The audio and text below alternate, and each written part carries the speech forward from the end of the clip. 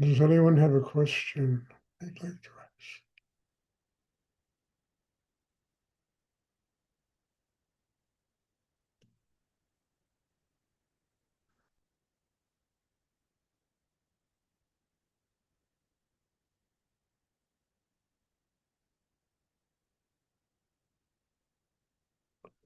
I know this meditation is very intense. It's strong, it's deep, and it really demands opening, probably in the furthest stretches of one's unconscious, the deepest parts of oneself, in order to absorb it.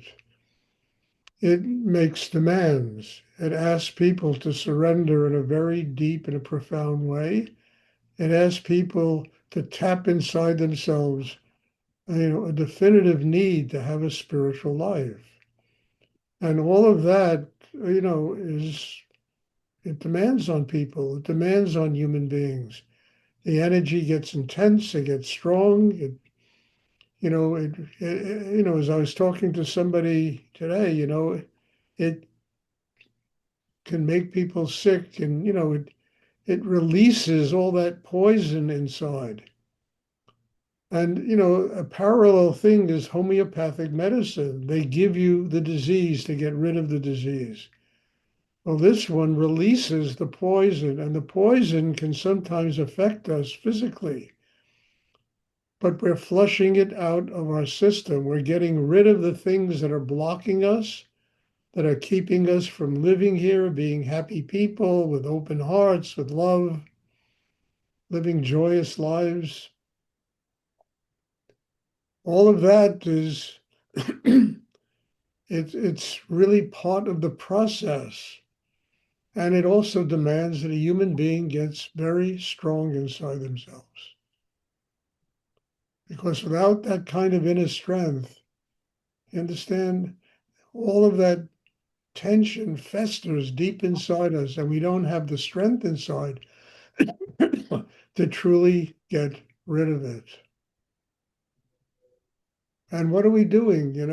We're releasing layer upon layer of tension that keeps us from truly tapping the highest levels of our humanity.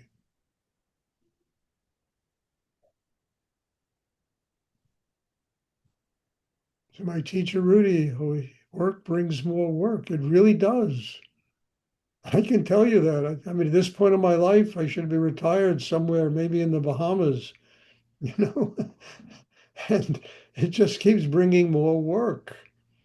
But it becomes wonderful work. It becomes work that is miraculous, that's sacred work, where one serves a higher force of energy in the universe instead of serving money and power and all of that stuff that just creates enormous amounts of tension in the world.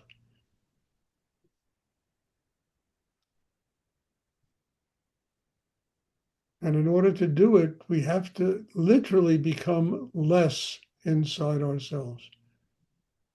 And by less, I mean we have to let go of the ego, whatever image we have of who we are and what we are. We have to open to a higher force of energy and have enough humility in ourselves to let it guide our life, to be grateful for it, to have a certain sense of appreciation, a deep sense of appreciation, that one can be used by a higher force of energy in the universe, not only to serve themselves, but to serve other people.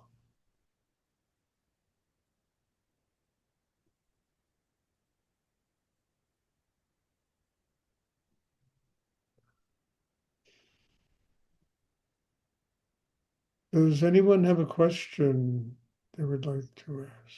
Stuart, I have a question. Yes, Bob? A few minutes ago, you were talking about absorbing the energy. Can you elaborate on that? Yes, yes. I mean, I talk about it all the time, and it's a very important element in doing any kind of spiritual practice. There are teachings, there's Shakti, there's energy, and initially there's a lot of resistance to that. because that energy is making demands on us where we have to go deeper in order to get big enough to take it in. If we're not willing to use our mind, our will, the double breathing exercise to create a system inside ourselves that's big enough to absorb this higher creative energy. And you got to realize higher creative energy is infinite in the universe. There's no limit to it. Everything we see on this tiny little planet called Earth, which looks so vast to us and so big, it's all energy of a higher nature that manifests that way. Now, we have to build a system inside that is strong enough to be able to absorb that Shakti, that spiritual energy. So what I mean is it takes, look, I talk about it a lot. It's a covenant one makes with higher energy. I will do the work. You provide the energy. It's like I will drive my car into your gasoline station and you will provide the gas. You know, that's what it's really like. We have to be able to do what is essential to get strong enough to be able to absorb that level of energy. And it really means we get to be less full of ourselves, less full of ego, less full of all these blocks and tensions and resistances in ourselves and knowing better than everybody else. That's one of the big ones. How rare and important we are because we know a little better than everybody else. And it's all bullshit. I mean, one of the things, I mean, when I met Rudy, I always thought I was pretty evolved spiritually. And then I discovered I knew nothing. It's really true. I was like a kid there to learn. And how was I going to learn? I had to build my system inside that was strong enough to absorb the energy of a teacher who was so powerful that I would sit with him for an hour, 45 minutes in his store. I'd walk out of there, feel like I was burnt to a crisp. And I said, Stuart, you've got to get stronger. You've got to get more open. And by stronger, I don't mean, weightlifting. I mean development of a system inside, a chakra system, you know, being centered inside, having a quiet mind, having an open heart. The throat chakra is open. We are capable of managing our sexual energy and using it to activate Kundalini. I mean, to do all these things, we need to have deep inner strength. And then understand that energy, that Shakti, it comes. And if we are prepared for it, understand it finds a place inside us and it begins to guide our lives.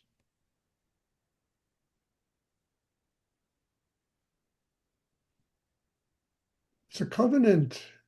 And I honestly and profoundly believe people are born on the earth to learn how to do this. It's part of the lesson that the soul must go through, that karma brings to us in living in this place. How to build a system that's strong enough to work out one's karma by our active participation in the world. And how do we work out our karma? We live in the world with an open heart. There's love, there's happiness, there's joy. That's how the karma gets worked out, not by rebelling against this and fighting against that and trying to figure, open the heart. God is love. The kind of strength it takes to do that is remarkable, although it sounds very easy. And at the same time, we want to receive that energy, that Shakti, that energy that is, as I always say from the Bhagavad Gita, the light of 1,000 suns suddenly appear. That's that energy, higher energy. If you don't have a system inside, how is that energy going to find a home inside you? And building that system is a day by day, month by year, adventure of how to break oneself down, how not to accept anything as one's limitation. And we can use everything in life as a reason to grow and not as a reason to resist, and to not grow, to fight against growing in life.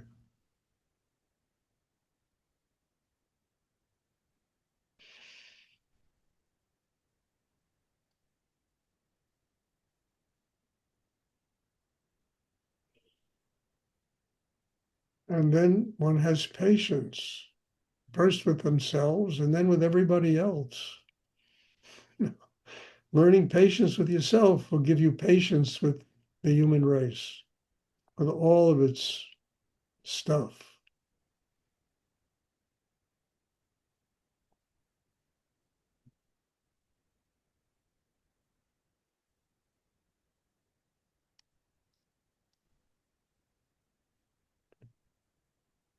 Does anyone else have a question you'd like to ask?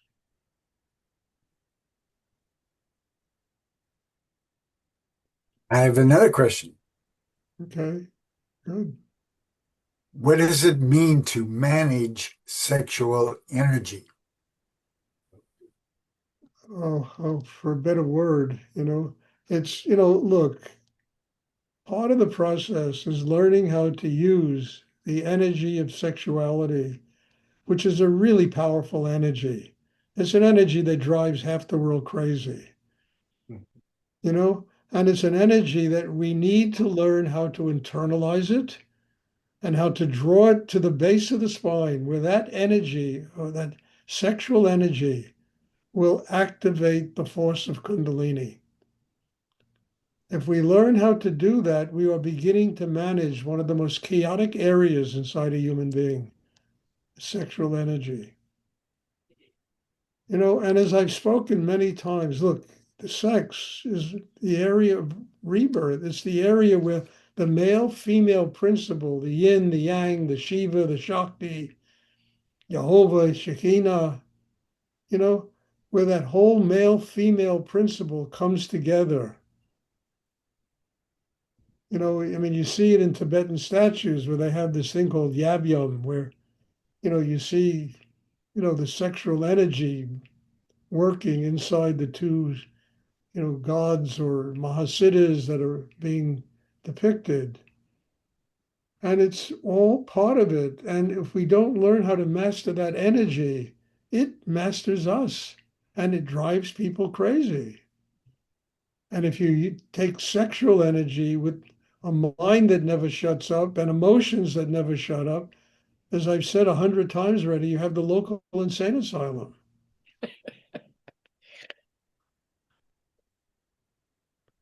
So learning how to draw the energy to the base of the spine, you understand, learning how, to build chi inside, because you need the power of chi in order to do this. You need the chakra below the navel to be really open in order to do what I'm talking. What I'm talking about is the essence of Tantra. Well, Tantra is a big subject today. Everybody talks about Tantra, but very few people talk about the essence of it. And the essence of it is to create a marriage between Shiva and Shakti, male, female, in the sex. That marriage gives birth to Kundalini.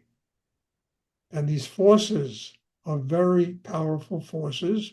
We need to be really strong inside ourselves. We can't be sitting there and analyzing it and thinking about it. And, the mind has to be quiet. Can't be eating up our energy. The heart has to be open. Understand? And we have to be balanced and centered in the chakra below the navel. All of that requires training, time, development in a human being. And it comes because one is capable of building the kind of inner strength I'm talking about. I mean, it's kind of an immaculate conception, strange as that might sound. I mean, we're basically giving birth to ourselves, to the child of God. It's an unbelievable process. We become a child of God, spiritually enlightened.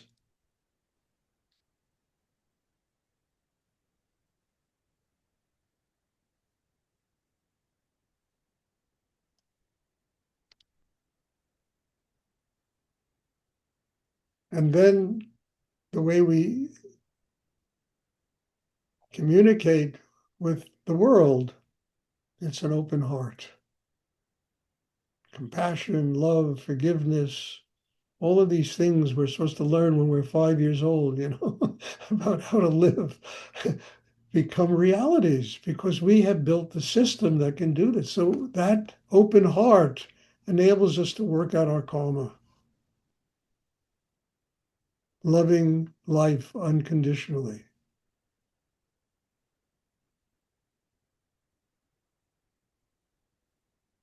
It's a process that takes place inside a person because they're willing to make that covenant between themselves and higher. And I will do the work. I will do the work. I'll stop bullshitting myself around and I will really do the work. I will become a child of God because I will do the work on myself that allows my system to evolve that way. And this is not fanatical, I mean, it's really not. I mean, look, you want to be a lawyer, you got to go get a law degree. It's work. You want to be a doctor, it takes 12 years to become a doctor. A lot of work. I mean, anything that has any value in this world requires work.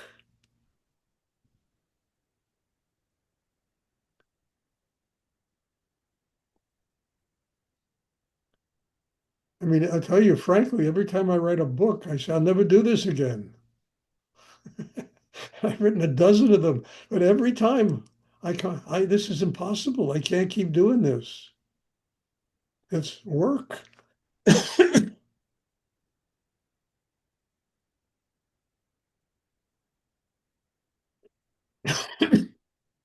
Excuse me. Does anyone else have whoa, I didn't plan on talking about all this. You dragged it out of me, Bob.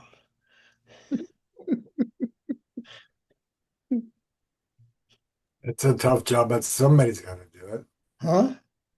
Say that again. It's a tough job, but somebody has to do it. Yeah.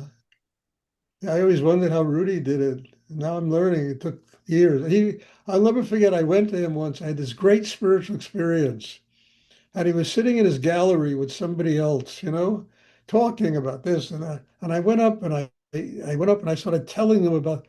And he looked at me and said, "The schmuck thinks he's having a spiritual life." I'll never forget it. There was somebody sitting there and then he said to me, he said, "Stuart, how long have you been doing this?" I said, "Oh, 6 months." He said, "I've been doing this 35 years." Just relax, grow, let it evolve in yourself.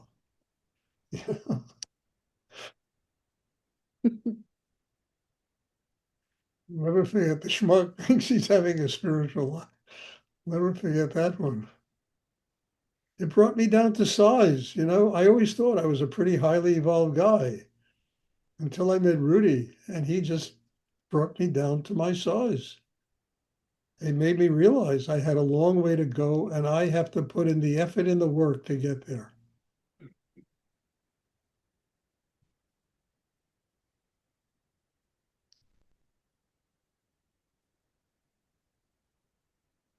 Does anyone else have a question you would like to ask?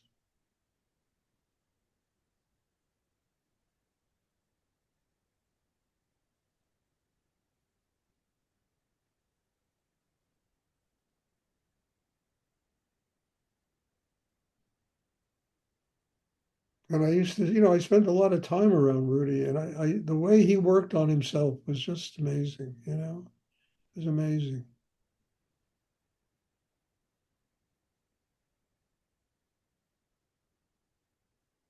And he used all the people that studied with him to transmit the shock. He had to grow in order to support all these situations. He was same thing I have to do to grow to support situations.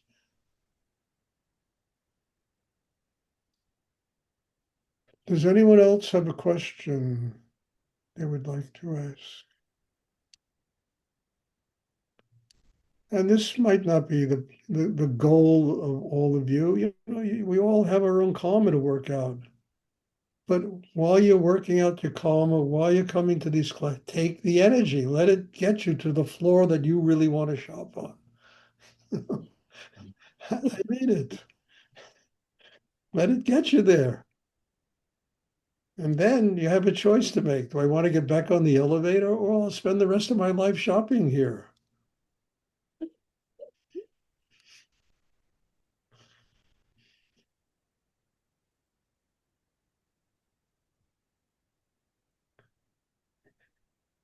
Does anyone else have a question they would like to? This might become another chapter in a book, this talk. I'll tell you. Okay, God bless you all. Thank you. There'll be meditation tomorrow. You know, actually, you know, yeah, there will be meditation tomorrow, but you know, it's the Jewish New Year tomorrow, and a lot of people from Israel come to the classes, and I doubt if they're going to be there. They might be, I don't know, but we'll see. But God bless you all. Thank you, and I'm looking forward to seeing everybody soon. Have a wonderful evening. Bless you. Thank you, Stuart. Happy Rosh Hashanah. You're welcome. Thank you. Thank